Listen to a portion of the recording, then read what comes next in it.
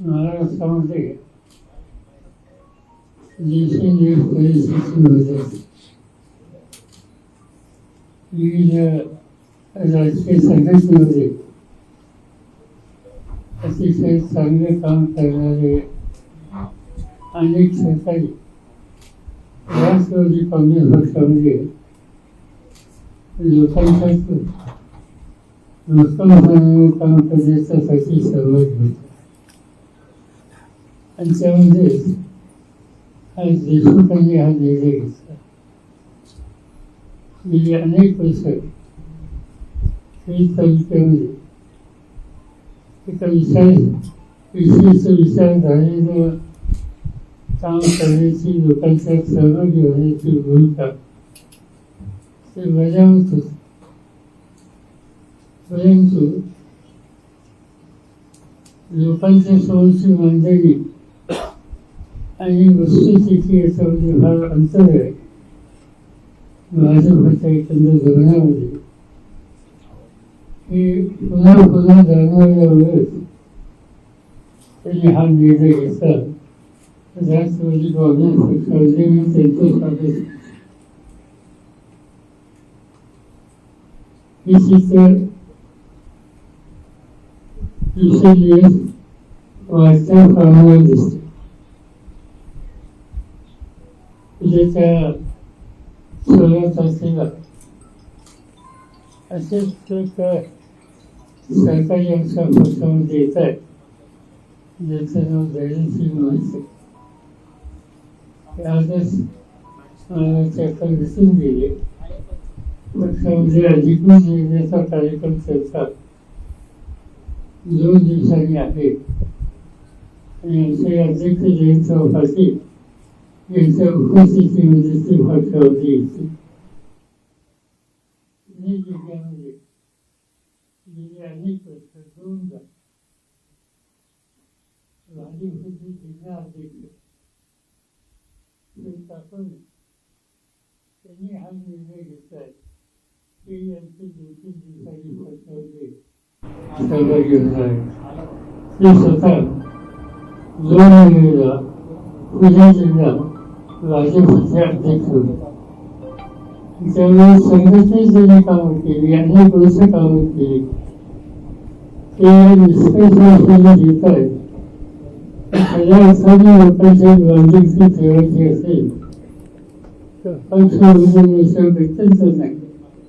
त्या भावनेनं हे सगळे सहकारी या संघटनेमध्ये अनेक वर्ष काम करतात. आज या निर्णयावर येत आहेत याचा मला आनंद आहे. या सगळ्यांचं मी स्वागत. दुसरं काही विचारण्याचं. धैर्यशील पाटलांचा निर्णय फक्त प्रवेशापुरता झाला आहे की त्याच्याही पुढे उमेदवारी संदर्भात त्यांच्या बाबतीत काही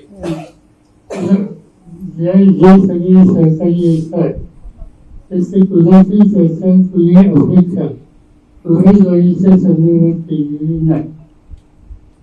दरम्यानच्या काळामध्ये जे बोलणं झालं होतं की माढ्याची उमेदवारी अकलूज की फलटण एवढाच काय निर्णय घ्यायचा राहिलाय. माढ्याची उमेदवारी अकलूज की फलटण या दोघांपैकी त्यांनी निर्णय घ्यायचा, चर्चा करून ठरवायचे. तर त्याचा काही निर्णय झालाय का? अकलूज पुढे जाणार अशी काही चर्चा झाली काय? तुम्ही असंच बोलता यथार्थ काहीतरी असं आहे की कशाची अपेक्षा न करता लोक पक्षामध्ये येतात आणि पक्षामध्ये काम केल्याच्या नंतर किंवा जन्मांच्यामध्ये चर्चा असलेले स्थान लक्षात घेऊन पक्ष विचार करत असतो. पण त्याचा अर्थ त्याला काहीतरी पूर्ण अर्थ होती अशी स्थिती कुठेही नाही. आता श्री देशमुख या ठिकाणी आहेत, त्यांनी कशाची अपेक्षा केली नाही. त्यांनी अपेक्षा एकच केली की एकत्रित काम करायचं आणि ते काम करण्याच्यामध्ये माझा सहभाग देण्याची माझी इच्छा आहे. त्याचा लाभ हा पक्षाने करून द्या. कोल्हापूरचे आपले उमेदवार आहेत शाहू महाराज, त्यांच्यावर तिथले उमेदवार शिवसेनेचे संजय मंडलिक यांनी टीका केली की ते दत्तक आहेत, खरे वारसदार नाहीत किंवा खरे महाराज नाहीत. काय म्हणजे मला माहिती नाही. मग त्याच्यात आहे काय हा काही प्रश्न आहे. म्हणजे अनेक राजघराण्यामध्ये दत्तक ही काही गोष्ट नवीन नाही. अनेकांच्या गोष्टी आम्ही जाणत असतो. आणि दत्तक दोन एकदा स्वीकारल्यानंतर तो त्या घराचा घराण्याचा कुटुंबाचा प्रतिनिधी होतो. आज ज्याच्याबद्दल अशा प्रकारचा उल्लेख केला गेला त्याचा अर्थ त्याची खालच्या लेवलवर जात आहेत हे सगळी गोष्टी उत्तम झाला नाही. कोल्हापूरचे सांगणारा की जन्मांच्यामध्ये अतिशय आदर असलेली व्यक्ती होती. अनेक सर्वांनी कामामध्ये सहभाग असते. आपण जिथं बसलोय तिथं बसून 2 महिन्यावर जर गेला तर शैक्षणिक संस्थेची जाणी आहे इथं जवळ शिवाजी आणि या सगळ्या संस्थेचं नेतृत्व ते सामाजिक सर्वसाधारणच करतात. आणि त्यावेळेला कुटुंब आणि सामाजिक म्हणून शाहू महाराजांचा जो सेवेचा आदर्श आहे तो त्याच्या समोर ठेवून काम करण्याची भूमिका आज शाहू महाराज या ठिकाणी करतात. आणि त्याच्यामध्ये कोल्हापूरच्याच नव्हे तो बाहेर लोकांच्या मनामध्ये कुजून येतात. आणि अशा व्यक्तिमत्वाच्या संबंधी या प्रकारे उल्लेख करायचा याचा अर्थ या विरोधकांची मानसिकता काय हे स्पष्ट होईल. साहेब, सातत्यानं जुने सहकारी जे आहेत ते भाजपबरोबर जाण्याचा दाखला देत आहेत. अजित पवार गटाचे कार्यकारी जे अध्यक्ष आहेत प्रफुल्ल पटेल ते असं म्हणतात की भाजप बरोबर जाताना 50% सहमती जी आहे ती शरद पवार साहेबांची होती. याच्यामध्ये किती तथ्य आहे त्यांना वारंवार काय सांगावं लागेल? आज कोण गेले आणि कोण राहिले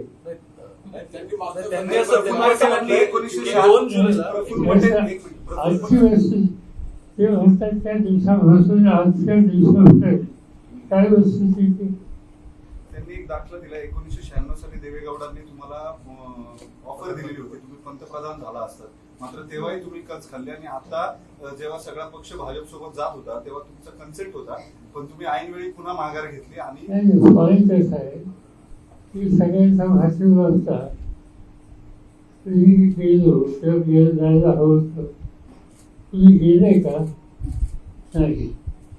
आणि दुसरी गोष्ट असते की देवेगौडांचा जो विषय होता त्याचा भाजपचा संबंध तो काँग्रेस आणि काँग्रेसला पाठिंबा देणारे लोकसभेचे जे घटक होते त्यांची एक बैठक झाली आणि ती गोष्ट एकीच्या बैठकीमध्ये मागं जावं एक त्यांनी सुचवलेलं होतं. परंतु त्याच्यात बहुमताची स्थिती नव्हती आणि बहुमत असताना सत्तेचा स्वीकार करणं योग्य आहे असं मला वाटलं नाही. त्यामुळे नवरसेनक मी त्यांना खास मोदींनी न्यूजवीकला अमेरिकन मॅगझिनला मुलाखत दिली आणि त्याच्यामध्ये बऱ्याच गोष्टी ते बोलले. सगळ्यात महत्वाचं म्हणजे तुम्ही संरक्षण मंत्री राहिलेला आहात म्हणून भारत आणि चीनचे संबंध जे आहेत ते सीमारेषेवरून ताणलेले आहेत आणि त्याच्यावरती लवकरच लक्ष देऊ असं मोदी म्हटले. चीनवरून जे आरोप होत आहेत चीननं केलेल्या अतिक्रमणावरून किंवा याच्यावर मोदींची ही जी भूमिका आहे ती तुम्हाला योग्य वाटते का आणि तो निवडणुकीचा अजेंडा असू शकतो?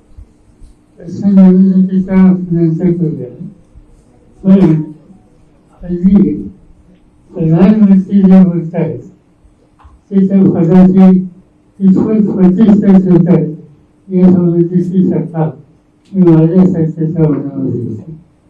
आता तुम्ही उल्लेख केला चायनीज वॉरच्या भारताच्या सीमेवर चायनीज त्यांचं आक्रमण 2 दिवसांपूर्वी त्याचं स्टेटमेंट होतं.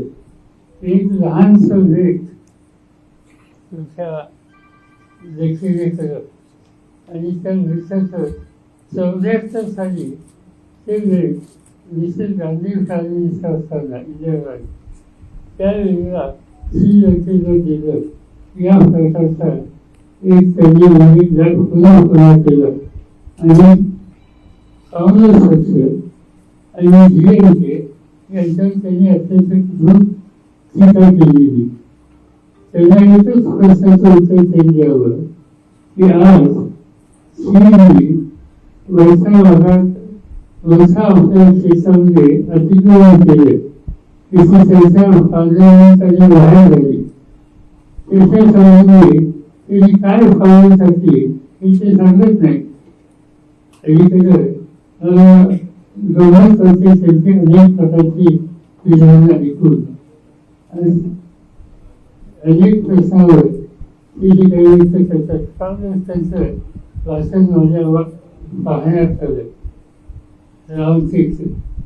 आणि त्या भाषणामध्ये त्यांनी सांगितलं लोकांना अपील केलं की देशामध्ये एक सुद्धा निवडणूक पक्षाचा माणूस येऊ नये. याचा अर्थ काय सांगायचा?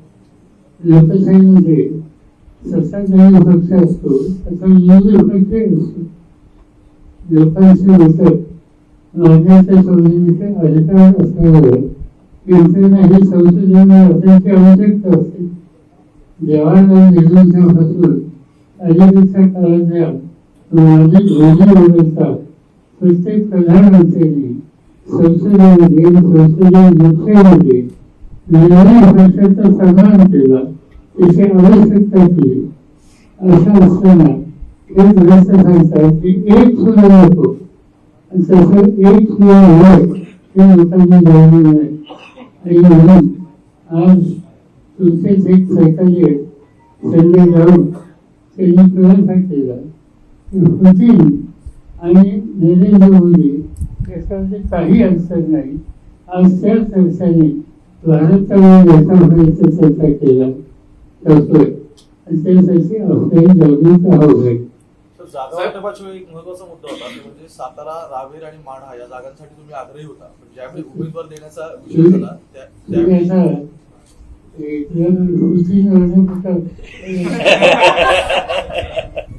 सगळे विषय विचारले गेले पाहिजे.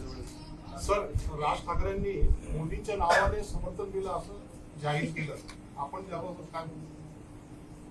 असे त्याचे 3-4 निर्णय वेगळे 10-15 वर्षापूर्वीचे त्यांनी भाजपच्या संबंधी अत्यंत कठोर आणि कठोर शब्द वापरले आणि त्याच्यापासून दूर जाण्याची भूमिका होती. त्याची पाठिंबा दिला. त्याची आणखी काय केलं काल नक्की काय त्यांनी केले किंवा करायचं होतं मला सांगता येणार. पण त्यांनी सांगितले दिसते कशाची अपेक्षा न करतात त्याची त्यांनी धरून दिसते. तुम्ही आणखी 2-3 दिवसात अधिक खर्च होईल.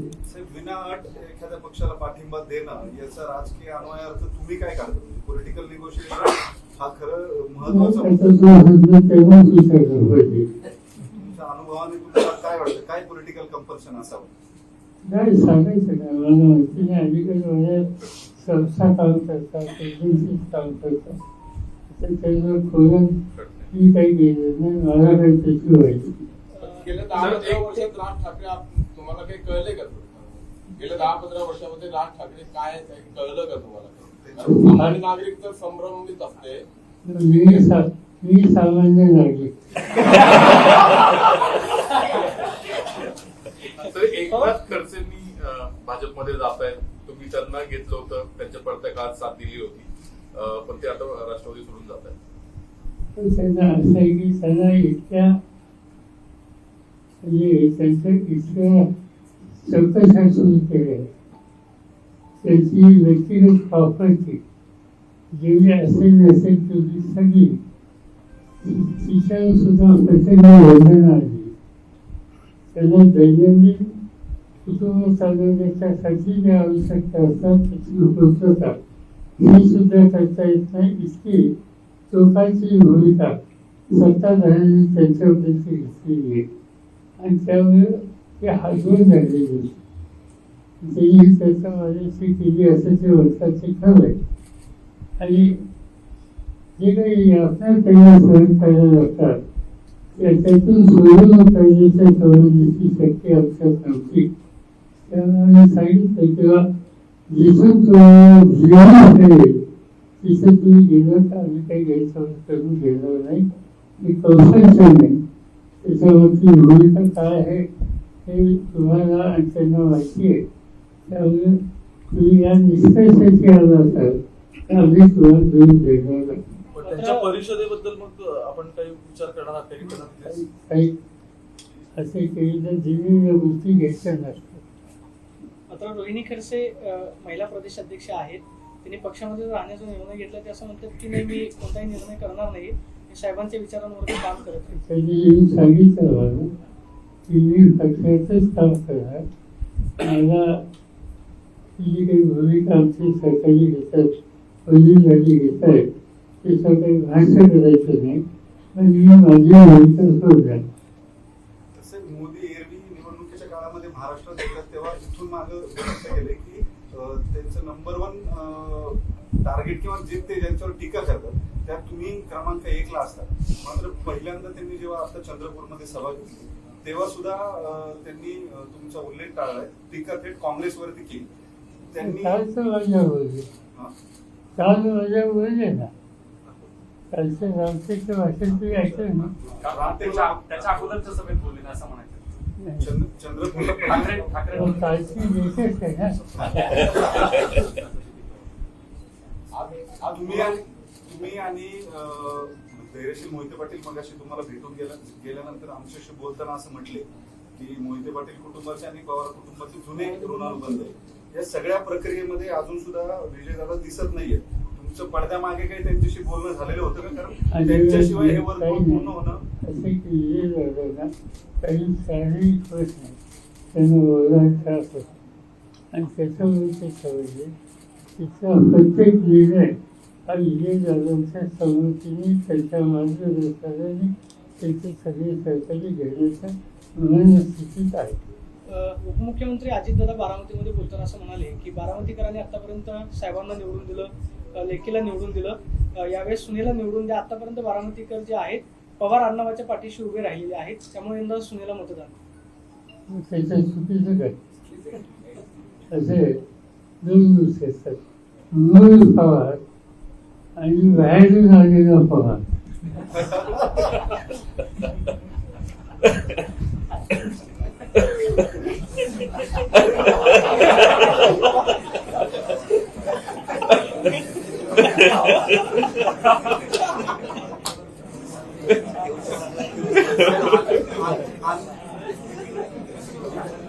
आणखी एक दुसरा मुद्दा महत्वाचा होता. ते बोलताना असं म्हटले की माझ्या निवडणुकीला माझी भावंड कधी फिरली नाही, मात्र या निवडणुकीत माझी भावंड पाहायला अजिबात खरं. माझ्या कुटुंबामध्ये निवडणूक आल्याच्या नंतर की माझी निवडणूक असो, आजीची निवडणूक असो, सोफियाची निवडणूक असो, आमच्या कुटुंबाचे बाकीचे घटक जे आहेत ते नेहमी लोकांच्या जातात, भूमिका मांडतात आणि लोकांचा सहभाग आणि आशीर्वाद मिळेल तसा त्याची काळजी घेतात.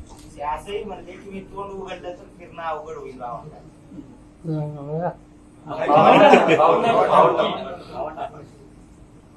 असं की माझ्या कुटुंबाचे जे सगळे घटक आहेत त्या सगळ्यांची व्यवसाय, शिक्षण या सगळ्या गोष्टी मला आणि जगाला माहिती, त्यामुळे त्याच्याबद्दलची चिंता आम्हाला करणार नाही. जो दिसतोय तो या सगळ्या प्रक्रियेत रोहित पवारांनी एक फेसबुक लाईव्ह 3 दिवसापूर्वी केलं होतं आणि त्याच्यामध्ये त्यांनी अजित पवारांवरती काही गंभीर स्वरूपाचे आरोप केले होते, ज्याच्यात दादांचे खासगी कारखाने जे त्याच्यासाठी आलेले 4,000 कोटी रुपये कुठून आले, त्याच्यावरच्या चौकशा हेच त्यांच्या पलीकडे जाण्याचं कारण होतं का? भाजपसोबत असे काही प्रश्न उपस्थित केलेले होते. मी काही वाचलं नाही, मला माहिती नाही, माहिती जरूर घेईल मी.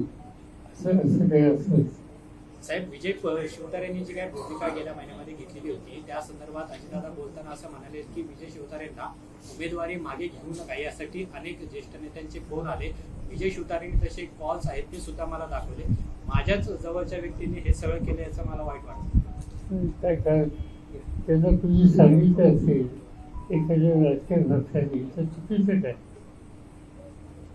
अशी निर्णय तो खुश करण्यासाठी घेतले असतात का आपल्या राजकीय पक्षाच्या सोयीसाठी घेतले त्याच्यात काही चुकीचं नाही, सांगितलं असेल. महाविकास आघाडीचा वरच्या पातळीवरचा समन्वय जो आहे तो उत्तम दिसतोय. परवा तुमची पत्रकार परिषद सुद्धा झाली, मात्र जागांवरून काही जागांवरून म्हणजे सांगली असेल किंवा भिवंडी असेल, उत्तर मध्य मुंबई असेल, या जागांवरून जो रिफ्ट तयार झालेला आहे खास करून काँग्रेस आणि शिवसेनेमध्ये, तो थांबायचं नाव घेत नाहीये. त्याचे रिपरकेशन्स खाली येत आहेत. मला काही दिसत नाही, कारण आम्ही जेव्हा बसलो त्या वेळेला सगळ्या जागेच्या समितीचे प्रश्न विषय चांगली असेल मुंबई असेल ही गोष्ट खरी आहे.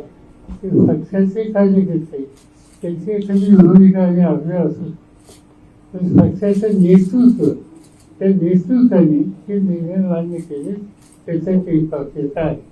सांगलीत जास्त गोष्टी दिसून येतात. विश्वजित कदम आणि विशाल पाटील दोघेही अजूनही काँग्रेसमधला एक जुना गट जो आहे तो फार आक्रमक आहे. कदाचित असं म्हणतात की शेवटच्या मिनिटाला विशाल पाटलांना काँग्रेसकडून एबी फॉर्म देण्यासाठी सुद्धा प्रयत्न केले जात आहेत, खास करून विश्वजित कदम किंवा तो जो नाराज गट आहे त्यांच्याकडून. मला माहिती आहे असं आहे की तो काँग्रेसचा आंतरिक फरक आहे. काँग्रेस आणि शिवसेना त्यांनी आमच्याशी काही चर्चा केलेली त्यामुळे मला हे माहिती आहे की जे निर्णय घेते ते निर्णय घेताना संबंधित पक्षाला सुरक्षेला मान्य असं अर्थ नसतो पण मान्यता दिल्यानंतर घ्यायचे. थँक्यू.